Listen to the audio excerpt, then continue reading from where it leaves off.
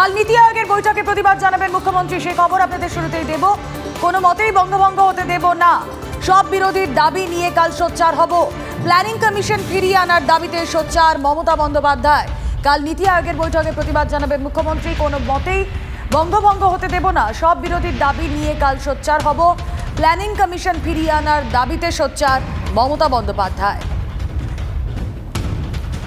জ্যোতির্ময় কর্মকার প্রতিনিধি আমাদের সঙ্গে থাকবেন টেলিফোনে। তার আগে আরও একবার আপনাদের জানিয়ে রাখি, কাল নীতি আয়োগের বৈঠকে প্রতিবাদ জানাবেন মুখ্যমন্ত্রী, কোনো মতেই বঙ্গভঙ্গ হতে দেব না, সব বিরোধীর দাবি নিয়ে কাল সোচ্চার হব। প্ল্যানিং কমিশন ফিরিয়ে আনার দাবিতে সোচ্চার মমতা বন্দ্যোপাধ্যায়।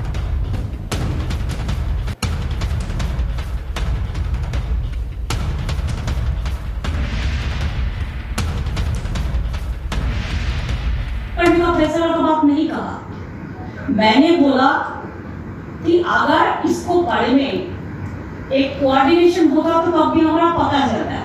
लेकिन मैंने कल मीडिया में देखा, लेकिन उसका पहले हम डिसीजन करके हमारा स्पीच भेज दिया और मीडिया में देखा हम 2 दिन पहले आफ्टर बजट।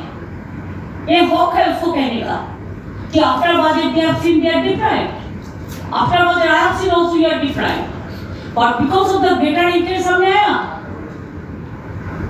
इसको तो भाव देना चाहिए। I will speak not only for me, I will speak for all over the opposition about all Indian alliance and other state also if the ruling party, but they are also different. Congress से approach কাল নীতি আয়োগের বৈঠকে প্রতিবাদ জানাবেন মুখ্যমন্ত্রী, যে বক্তব্য আপনাদের শোনালাম, কোনো মতেই বঙ্গভঙ্গ হতে দেব না। আজ বঙ্গভবনে যে বৈঠক করছেন মুখ্যমন্ত্রী মমতা বন্দ্যোপাধ্যায় দলীয় সাংসদদের নিয়ে, সেখানে তিনি পরিকল্পনা করছেন যে সব বিরোধীর দাবি নিয়ে কাল সোচ্চার হবেন। প্ল্যানিং কমিশন ফিরিয়ে আনার দাবিতে সোচ্চার মমতা বন্দ্যোপাধ্যায়।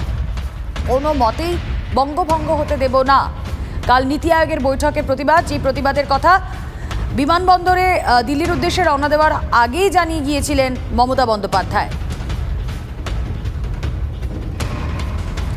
আরও একবার শুনবো কি বলেছেন Mamata Bandyopadhyay.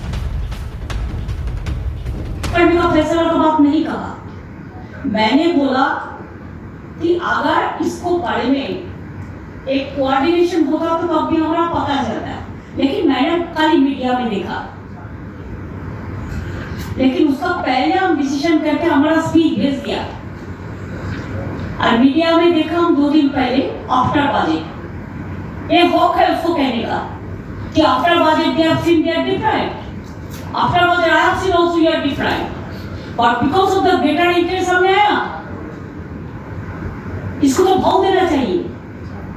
I will speak not only for me, I will speak for all over the opposition about all Indian alliance and other state also if the ruling party, but they are also different.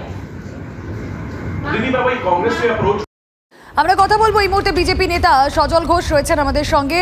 সজলবাবু, বঙ্গভবনে যে বৈঠক আজ মমতা বন্দ্যোপাধ্যায় করেছেন তাতে তিনি স্পষ্ট করে দিয়েছেন যে হ্যাঁ, প্রতিবাদ তিনি জানাবেন, সব বিরোধীদের দাবি নিয়ে কাল সোচ্চার হবেন এবং প্ল্যানিং কমিশন ফিরিয়ে আনার দাবিও রাখবেন মমতা বন্দ্যোপাধ্যায়। প্রথম কথা হচ্ছে সব বিরোধীরা তো বোধহয় যাচ্ছেই না, তো সব বিরোধীর দায়িত্ব উনি নেবেন কেমন করে সেটা আমি জানি না। আর বঙ্গভঙ্গের কথা কোথাও বলা হয়নি।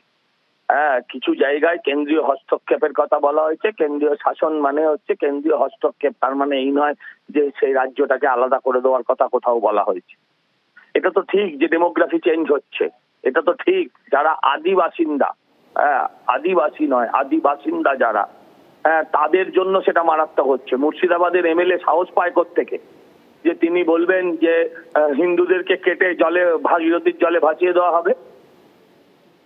এগুলো প্রোপাগান্ডা করতে চাইছেন, মানুষকে ভুল বোঝাতে চাইছেন, কিন্তু মানুষ এইসব ব্যাপারে ভুল বোঝে না। মানুষ এসব ব্যাপারে মুখ্যমন্ত্রীর কথায় ভুল বুঝবেন না, তারা যেটা বোঝার ঠিকই বোঝেন। কে বঙ্গভঙ্গ চাইছে? মমতাদি তো অনেকদিন আগেই বঙ্গভঙ্গ করে দিয়েছেন। বঙ্গভঙ্গ করেননি, বাংলা তো সেদিন ভেঙে গেছিল যেদিন মোয়াজ্জেম, মৌলানা তাদেরকে আলাদা করে ভাতা দেওয়া হয়েছিল, সেদিনই প্রথম আড়াআড়ি ভাবে বাংলা ভেঙে গেছিল। নতুন অনেক ধন্যবাদ। আমরা কথা বলছিলাম, বিজেপি নেতা সজল ঘোষ ছিলেন সঙ্গে।